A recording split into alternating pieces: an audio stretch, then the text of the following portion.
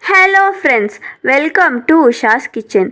இன்றைக்கி நாம் பச்சைப்பயிறு கொண்டக்கடலை துவரப்பருப்பு வச்சு தோசை எப்படி செய்கிறதுன்னு பார்க்கலாம் வாங்க. அதுக்கு நம்ம முதல்ல பச்சரிசி 1 கப் எடுத்துக்கலாம், துவரம்பருப்பு 1 கப், பச்சைப்பயிறு 1 கப், கொண்டக்கடலை 1 கப், 1/4 கப் உளுந்து. இப்போ இதெல்லாம் கழுவி எடுத்து 8 மணி நேரம் ஊற வச்சு எடுத்துக்கலாம். 8 மணி நேரம் ஊற வச்சு எடுத்தாச்சு. இப்போ நாம் இதை அரைச்சி எடுத்துக்கலாம்.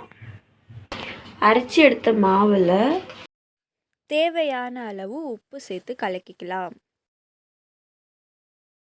பேன் காஞ்சதும் தோசை மாவை ஊற்றிக்கலாம்.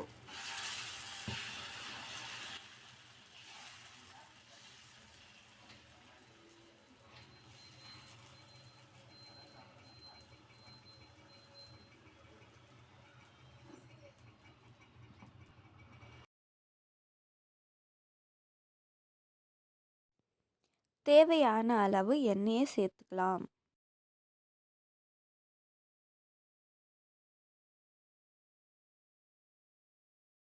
சைடு வெந்ததுக்கு அப்புறமா திருப்பிக்கலாம்.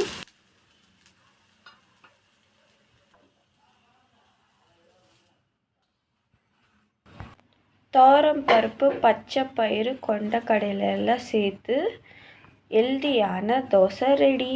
இந்த வீடியோ உங்களுக்கு பிடிச்சிருந்தா லைக் பண்ணுங்கள், ஷேர் பண்ணுங்கள், கமெண்ட் பண்ணுங்கள்.